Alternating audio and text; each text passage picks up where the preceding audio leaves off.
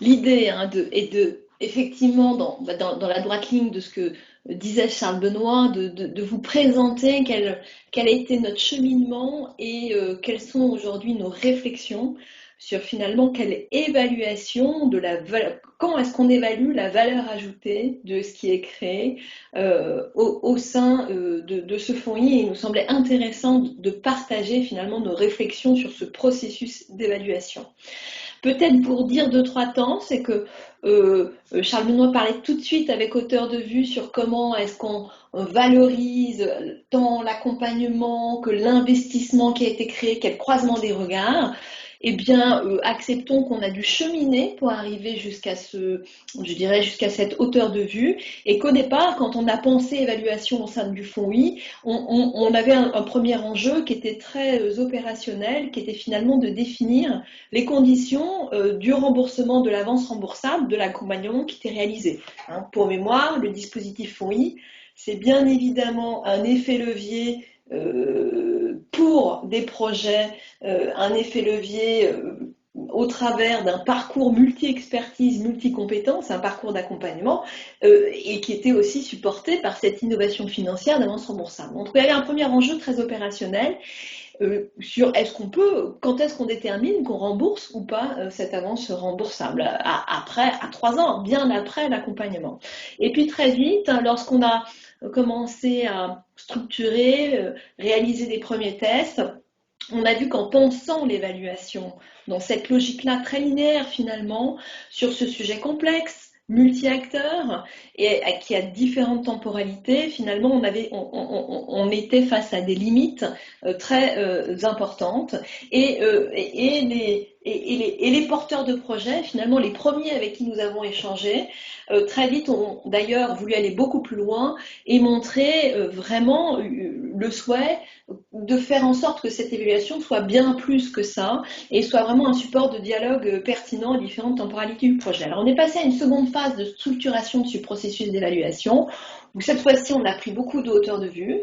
On s'est dit d'accord, il y a un enjeu sans doute de définir des conditions de remboursement, mais l'enjeu clé, c'est bien de s'assurer que cet outil de R&D qu'est le fonds I finalement soit vraiment au service de l'écosystème et de la valorisation de ce qui est créé par l'ensemble des parties prenantes. Donc on a co-construit une doctrine, une démarche que je vais vous présenter en quelques mots, en partant de cas concrets, et on a eu la chance de proposer cette démarche dans un groupe d'experts qui nous a fait un effet miroir. Je pense à Kimso, Exist, RRI et Improve. Alors, pour vous en donner les éléments clés de cette doctrine, c'est vraiment de dépasser, et là on est vraiment dans une logique très différente de la logique où il y aurait un évaluateur et un évalué. On est, je dirais, ce qui présuppose, ce qui est au socle de cette évaluation, c'est de dire que chaque partie prenante a une responsabilité dans la réussite des projets, et que c'est cette responsabilité particulière, finalement, ces responsabilités de chacune de ces parties prenantes sont en interdépendance les unes avec les autres. Donc, c'est finalement l'évaluation est portée en co-responsabilité de ces parties prenantes. Il y a la responsabilité du fonds I. Eh bien, le fonds I, il a une responsabilité d'apporter une valeur ajoutée, que de s'assurer que son action est bien en valeur ajoutée, en attente des porteurs de projets, des accompagnateurs. Les porteurs de projets ont leur responsabilité, bien évidemment. Par exemple, dans les parcours d'accompagnement, ils ont une responsabilité de mobilisation, mais aussi de se saisir des feuilles de route ou des recommandations, de se donner à un moment, on aime à dire que la gouvernance puisse se saisir et quelque part décider de mettre en place des actions. Et puis, on a une responsabilité de l'accompagnateur, bien évidemment, dans la qualité, les démarches d'accompagnement, et on devrait dire la responsabilité des accompagnateurs, puisqu'on sera même dans des parcours multi-expertise, multi-compétences. Donc vraiment, tout ce processus d'évaluation, c'est comment on arrive à structurer ses co-responsabilités et de se dire comment est-ce qu'on les met en regard, puisqu'en fait, la réussite, la valorisation de chaque action, eh bien, sera issue des actions de ces parties prenantes. L'enjeu n'est plus du tout donc de mesurer des simples indicateurs, il est bien plus large. Il est finalement de pouvoir capitaliser, de démontrer, de valoriser l'innovation et puis de capitaliser autour de ce dispositif, mais de capitaliser pour l'ensemble de l'écosystème. Donc il s'agit bien d'un enjeu beaucoup plus important.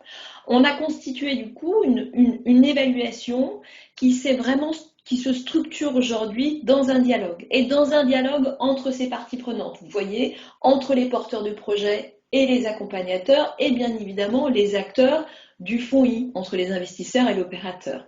Donc il s'agit bien de structurer ce dialogue et de structurer finalement en acceptant qu'il y a un processus d'évaluation, qu'il y a des niveaux de profondeur différents en fonction de la complexité des sujets.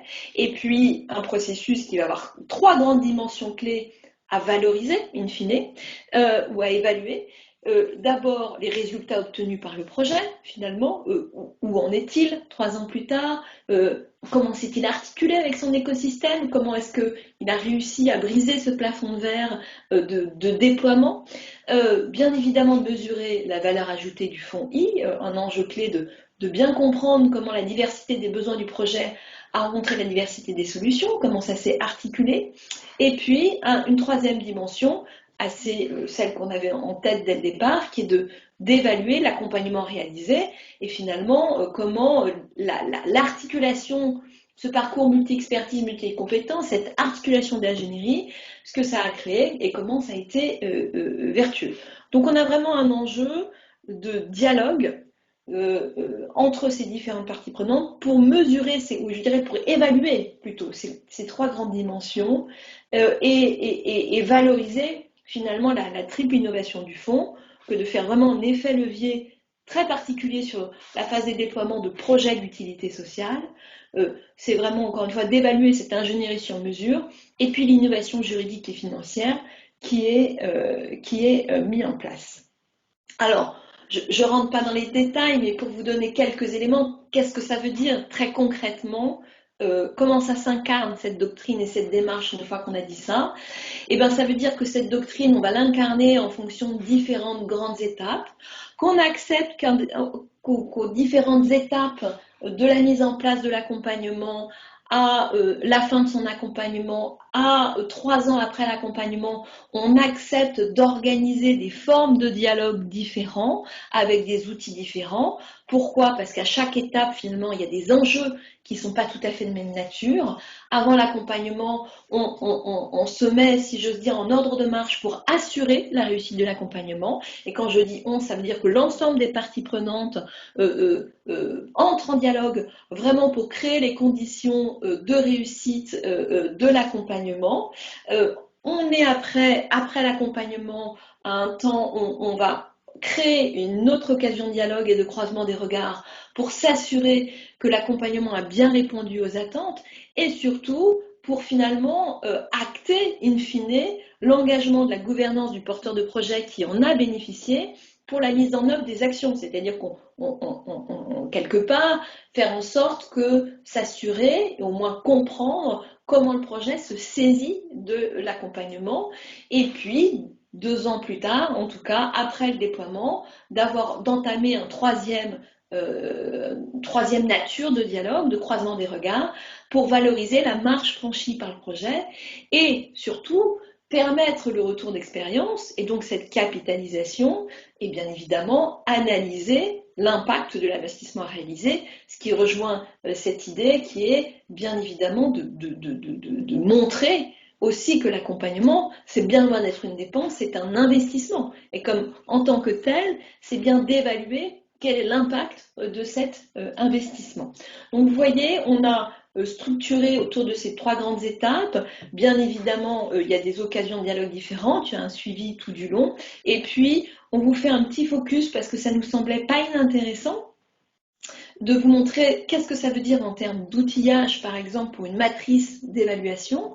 Eh bien, ça veut dire qu'une matrice ou une grille d'évaluation, eh bien, on va la pré-remplir avant l'accompagnement et puis qu'on va accepter de regarder différents critères, ces différents champs.